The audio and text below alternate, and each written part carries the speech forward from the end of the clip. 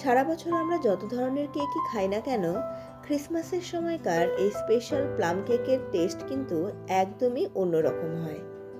Traditionally এই cake বানানোর সময়ে রাম ব্যবহার করা হয়, কিন্তু আমরা আজকের এই স্পেশাল কেক বানাবো রাম ছাড়া, ডিম ছাড়া এবং ওভেন ছাড়া। কেকটা হবে ভীষণ সফট, স্পঞ্জি এবং প্রত্যেকটা বাইটেই থাকবে প্রচুর পরিমাণে ড্রাই ফ্রুটস এবং নাটস। রেসিপিটি অত্যন্ত সহজ, আশা করছি আপনাদের প্রত্যেকেরই খুব পছন্দ হবে। আজকের রেসিপিটি পছন্দ হলে লাইক, শেয়ার ও কমেন্ট করতে ভুলবেন না। আর বন্ধু বান্ধব ও ফ্যামিলি মেম্বার্সদের সঙ্গেও এই স্পেশাল প্লাম কেকের রেসিপিটিকে শেয়ার করে নিন। আজকের রেসিপিটির জন্য এখানে নিয়েছি কিশমিশ, কালো কিশমিশ, মোটা মোটা টুকরো করে কেটে নিয়েছি কাজু আর আমন্ড, এছাড়া নিয়েছি লাল রঙের টুটি ফ্রুটি। একটি বাটির মধ্যে এবার একে একে সমস্ত ড্রাই ফ্রুটসগুলোকে ঢেলে দেব।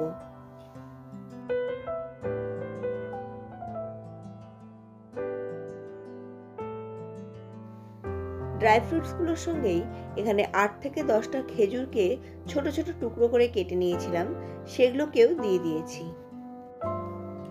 1/3 কাপ কমলা লেবুর রস নিয়েছি। ট্র্যাডিশনালি এখানে রাম ব্যবহার করা হয়, কিন্তু যেহেতু রাম ব্যবহার করছি না তাই কমলা লেবুর রস ব্যবহার করছি। আপনারা কমলা লেবুর রসের বদলে এখানে অ্যাপেল জুস বা গ্রেপ জুসও ব্যবহার করতে পারেন। এই সমস্ত ড্রাই ফ্রুটসগুলোকে কমলা লেবুর রসের মধ্যে চুবিয়ে 2 থেকে 3 ঘন্টা রেখে দেব। যদি 10 থেকে 12 ঘন্টা রেখে দেওয়া হয় তাহলে খুব ভালো রেজাল্ট পাওয়া যাবে। আর যদি আপনার তাড়াহুড়ো থাকে তাহলে মিনিমাম 1.5 থেকে 2 ঘন্টা কিন্তু এটাকে এইভাবে ভিজিয়ে রেখে দিতে হবে। 1 কাপ চিনি নিয়েছি। এখানে আপনাদেরকে বলে রাখি বা ছোট্ট একটা টিপস দিয়ে রাখি, আপনাদের কাছে যদি মেজারমেন্ট কাপ না থাকে তাহলে বাড়িতে থাকা যে কোনো একটা চায়ের কাপকেই মেজারমেন্ট কাপ হিসেবে ব্যবহার করবেন। আর কেকের সমস্ত উপকরণগুলো ওই চায়ের কাপের মাপেই করবেন, তাহলেই দেখবেন একদম পারফেক্ট একটা কেক তৈরি হয়ে গেছে। তার জন্য আলাদা করে আপনাকে কোনো মেজারমেন্ট কাপ কিন্তু ব্যবহার করতে হবে না। এইবার একটি পাত্র গরম করে এর মধ্যে যে চিনিটা নিয়েছিলাম তার হাফটা দিয়ে দেব। চিনিটা ধীরে ধীরে গলিয়ে নেব, এটাকে একটু ক্যারামেলাইজড করে নিতে হবে। পাত্রের মধ্যে চিনিটা দেওয়ার পরে খুব বেশি নাড়বেন না, গ্যাসের ফ্লেমটাকে মিডিয়ামের থেকে একটু কমিয়ে রাখবেন। কিছুক্ষণের মধ্যেই দেখবেন চিনিটা এইভাবে গলতে শুরু করেছে। এইবার এটাকে একটু একটু নেড়ে নেবেন।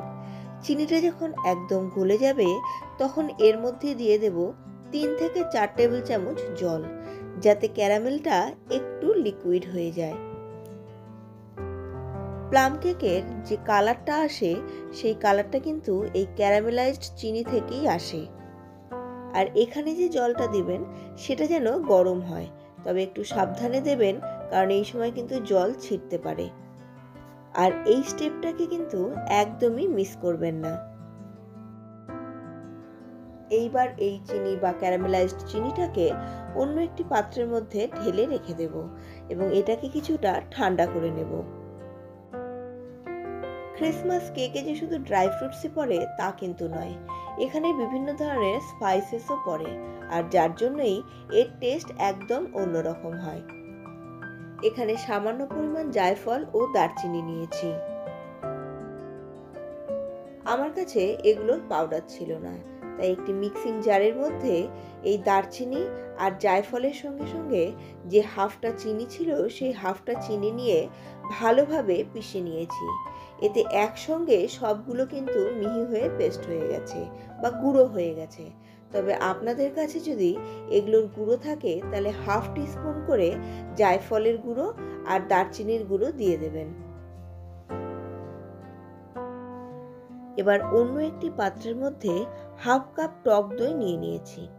এখানে টক দইটাকে আমি আগে থেকেই ভালোভাবে ফেটিয়ে নিয়েছিলাম। এই টক দইয়ের মধ্যেই নিয়ে নিলাম হাফ কাপ রিফাইন্ড অয়েল। এখানে অবশ্যই মাথায় রাখবেন রিফাইন্ড অয়েলটা যেটা ব্যবহার করবেন বা যে তেলটা ব্যবহার করবেন সেই তেলের যেন নিজস্ব কোনো গন্ধ না থাকে, তাহলে কিন্তু কেকের মধ্যে ওই গন্ধটা চলে যাবে। এবার এর মধ্যে দিয়ে দিলাম পিষে রাখা চিনি, দারচিনি ও জায়ফলের গুঁড়োটাকে। এইবার মিনিট 5 খুব ভালোভাবে এই তিনটাকে ফেটিয়ে নিতে হবে। দেখবেন একদম তিনটা মিশে গিয়ে ক্রিমের মতো হয়ে গেছে। ভালোভাবে ফেটিয়ে নিয়ে এবার এর মধ্যে দিয়ে দেব 1.5 কাপ ময়দা। আবার ভালো করে ফেটাতে হবে। কেক ফেটানোর সময় খেয়াল রাখবেন এটাকে একটাই ডাইরেকশনে যেন ফেটানো হয়। বারবার এদিক ওদিক করলে কিন্তু কেক খুব ভালো ফুলবে না। ভালোভাবে ফেটিয়ে নিয়ে এবার এর মধ্যে 1 টেবিল চামচ কফি পাউডার দিয়ে দেব। এটা ইনস্ট্যান্ট কফি পাউডার, বাজারে খুব সহজেই কিনতে পাওয়া যায়। আর এই কফি পাউডারটা দিলে কিন্তু কেকের টেস্ট অনেক গুণ বেড়ে যায়। আবার খুব ভালোভাবে সবগুলোকে একসঙ্গে ফেটিয়ে নেব। ভালোভাবে মিশিয়ে নিয়ে এবার এর মধ্যে ক্যারামেলাইজড চিনিটাকে দিয়ে আবার ভালোভাবে ফেটিয়ে নিতে হবে। কেক বানানোর সময় এটা অবশ্যই মাথায় রাখতে হবে, কেকের ব্যাটারটাকে যত ভালোভাবে ফেটানো হবে কেকটা হবে ততটাই বেশি স্পঞ্জি ও ফ্লাফি। কেকের ব্যাটার বানানোর সময় ব্যাটারটা যেন হয় একদম স্মুথ এবং একদম সিল্কি, এর মধ্যে যেন কোনো দলা বা লাম্পস না থাকে সেদিকে অবশ্যই খেয়াল রাখতে হবে। আর এখানে আমার কেকের ব্যাটারটা হয়ে গেছে একদম পারফেক্ট। এইবার এই ব্যাটারের মধ্যে দিয়ে দেব সোকড করে রাখা সমস্ত ড্রাই ফ্রুটসগুলোকে। আবার মিনিটখানেক খুব ভালোভাবে ফেটিয়ে নিয়ে সমস্ত ড্রাই ফ্রুটসগুলোকে কেকের সঙ্গে ভালো করে মিশিয়ে নিতে হবে। ব্যাটারটাকে মিনিট 5 জন্য রেস্টে রেখে দেব। এই সময়ে একটি অ্যালুমিনিয়ামের কড়াইকে মিডিয়াম ফ্লেমে ভালো করে গরম করে নেব। আজকের কেকটাকে অ্যালুমিনিয়ামের কড়াই বানাবো, তাই কড়াইটাকে প্রিহিট করে নেওয়ার প্রয়োজন আছে। কড়াই গরম হতে হতে এখানে কেকগুলোকে বেক করার পাত্রটা তৈরি করে নিই। অ্যালুমিনিয়ামের একটা বাটির মধ্যে প্রথমে রিফাইন্ড অয়েল দিয়ে চারপাশটা ভালোভাবে গ্রিস করে নিয়েছি। এরপর এই বাটির মধ্যে চারদিক থেকেই কাগজ দিয়ে নেব। আপনাদের কাছে বাটার পেপার থাকলে আপনারা বাটার পেপার অবশ্যই ব্যবহার করবেন। আমার কাছে বাটার পেপার ছিল না এবং আমার মতো অনেকের কাছেই কিন্তু বাটার পেপার থাকে না।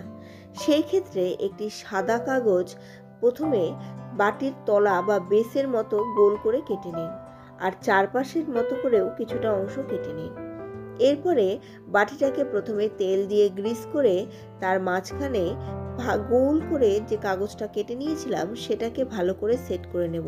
বেশ চেপে চেপে এটাকে সেট করে নেব এবং ধার দিয়েও যে কাগজটা কেটে নিয়েছিলাম সেই কাগজটাকে সেট করে নেব। কাগজটাকে ভালোভাবে সেট করে নেওয়ার পরে আবার এর উপর দিয়েও আর এক কোটিং তেল দিয়ে নেব। এতে করে এটা খুব ভালোভাবে বাটির সঙ্গে সেট হয়ে যাবে এবং কেকের সঙ্গে কিন্তু এটা আটকে ধরবে না। এইবার সবশেষে ব্যাটারের মধ্যে দিয়ে দেব 1 টেবিল চামচ বেকিং পাউডার আর হাফ টিস্পুন বেকিং সোডা। আবার ভালোভাবে সবগুলোকে মিশিয়ে নেব। সবশেষে ব্যাটারের মধ্যে কয়েক ফোঁটা ভ্যানিলা এসেন্স দিয়ে ভালোভাবে মিশিয়ে নেব। এইবার এই কেকের ব্যাটারটাকে এই টিনের বাটিগুলোর মধ্যে দিয়ে দেব।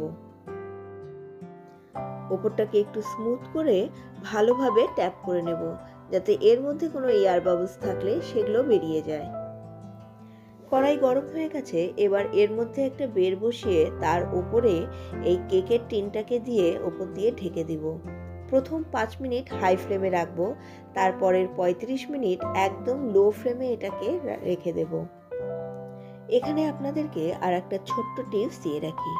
অনেক সময়ই কেকের ওপরে আমরা যে ড্রাই ফ্রুটসগুলোকে দিই সেগুলো দেখবেন কেকের একদম তলায় গিয়ে জমা হয়ে যায়। এক্ষেত্রে কেকটা মিনিট 5 খুব হাই ফ্লেমে রাখার পর যখন গ্যাসের ফ্লেমটা কমিয়ে দেবেন, ঠিক সেই সময়ে এর ঢাকনা সরিয়ে ওপর দিয়ে ড্রাই ফ্রুটসগুলোকে দিয়ে দিন। দেখবেন ড্রাই ফ্রুটসগুলো একদমই নিজের জায়গা থেকে সরবে না। 40 মিনিট হয়ে গেছে। এবার ঢাকনা সরিয়ে একটি টুথপিকের সাহায্যে চেক করে নিন। যদি টুথপিকের গাটা একদম পরিষ্কার হয়, তার মানে আপনার কেকটা ভেতর পর্যন্ত একদম ভালোভাবে বেক হয়ে গেছে। আশা করছি ক্রিসমাস স্পেশাল এই প্লাম কেকের রেসিপিটি আপনাদের পছন্দ হয়েছে। আজকের রেসিপিটি পছন্দ হলে লাইক, শেয়ার ও কমেন্ট করতে ভুলবেন না। চ্যানেলে নতুন হলে চ্যানেলটিকে অবশ্যই সাবস্ক্রাইব করে নিন। আর চ্যানেলটিকে সাবস্ক্রাইব করে পাশে থাকা বেল বাটনের অলে ক্লিক করে দিন। তাহলে আমার প্রত্যেকটি নতুন রান্নার নোটিফিকেশন আপনাদের কাছে পৌঁছে যাবে সবার আগে। আপনাদের সঙ্গে দেখা হচ্ছে পরবর্তী আরও একটি নতুন ধরনের রান্নার ভিডিও নিয়ে। ততক্ষণের জন্য সুস্থ থাকুন, ভালো থাকুন এবং রেসিপিগুলোকে অবশ্যই বাড়িতে ট্রাই করুন।